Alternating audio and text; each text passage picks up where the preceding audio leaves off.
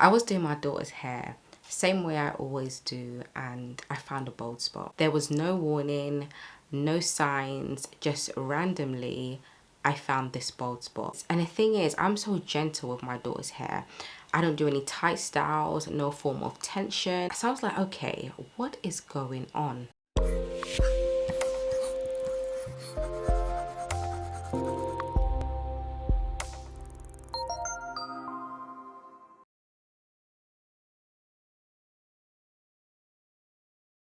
Hey mama, welcome back to my channel. So today I'm sharing something a little bit personal in hopes that I'm going to encourage someone out there who may be going through the same thing with their little one. So back in October 2024, I was doing my daughter's hair and I noticed something, a bald spot. It was out of nowhere, it was random, it was actually a surprise to me.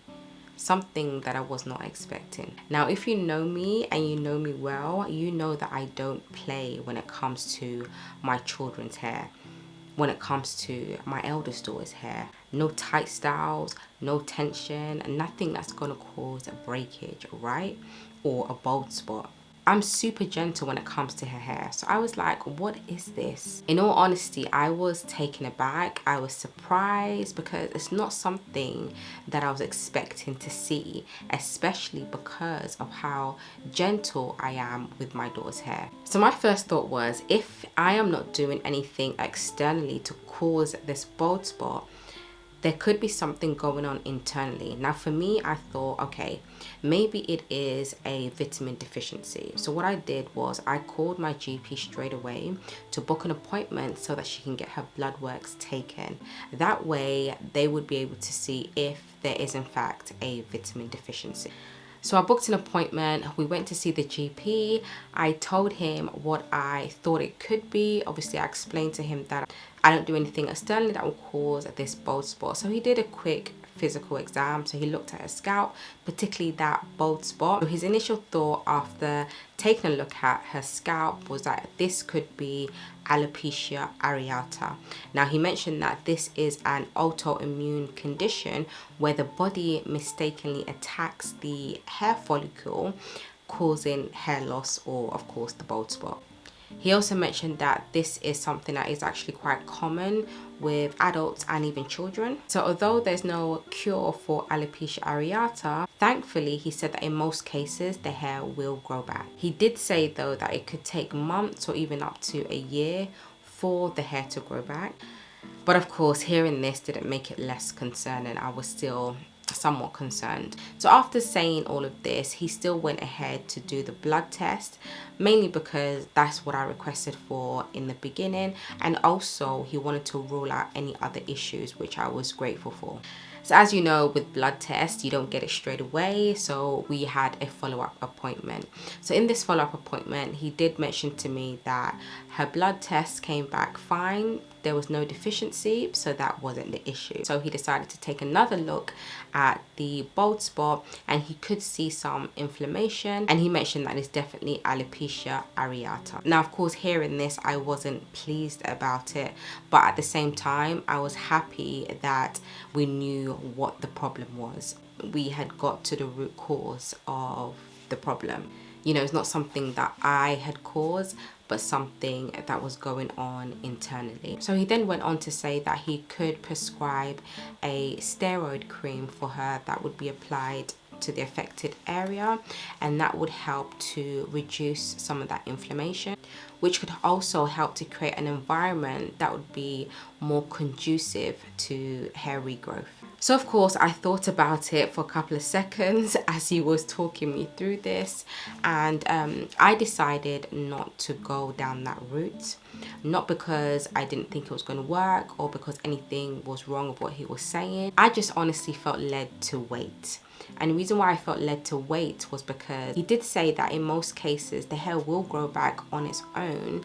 So I was literally holding on to this. I thought to myself, if the hair could grow back on its own, I want to wait and see what her body does. I want to wait and see if the hair is going to grow in that area.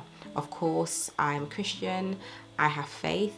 and I thought to myself, do you know what, I'm also going to pray about it and just leave the rest to God. You know, if her body has the ability to heal and her hair can grow back, I want to wait and see what happens. Now, of course, if nothing's happening, the inflammation is getting worse, or there's no, you know, regrowth in that area, then of course I will take the steroid option.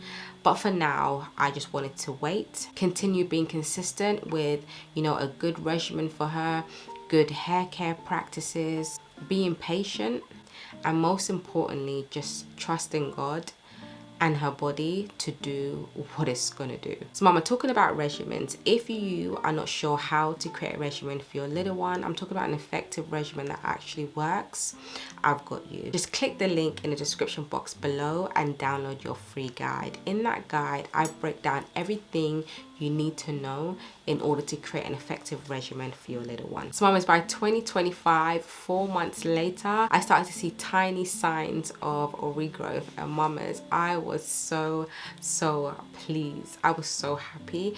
This actually gave me hope that more hairs will grow in this area. Then in March 2025, I was doing my daughter's hair again like I usually do, and I thought to myself, wait, this bald spot looks like it has grown out a lot.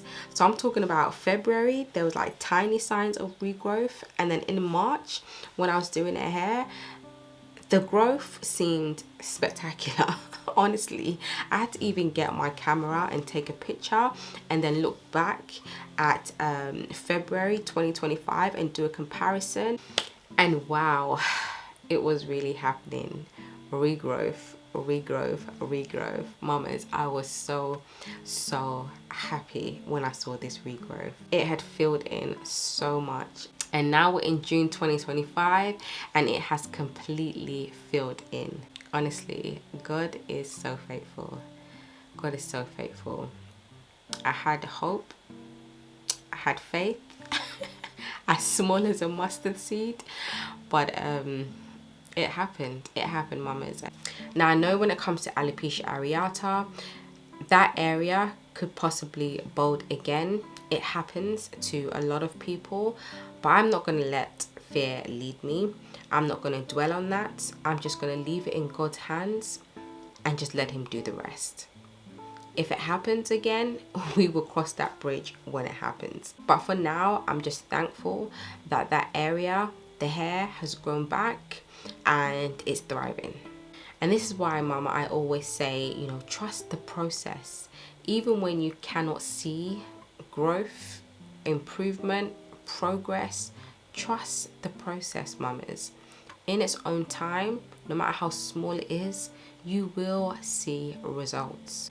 Now, mamas, let me know in the comments below if this has ever happened to your little one or even yourself. How did you feel? How did you deal with it? Did the hair regrow back in that particular area? Let me know in the comments. I'm really curious. I'm just really thankful today, mama. And if you're going through something like this with your little one or even with yourself, just know that healing is happening. You may not be able to see it straight away. It could take months, but it's happening. Now, mama, if you want to know the regimen that I have been using to help my daughter's hair to thrive and of course the bald spot to regrow back, check out the video showing right now on the bottom left hand corner of the screen.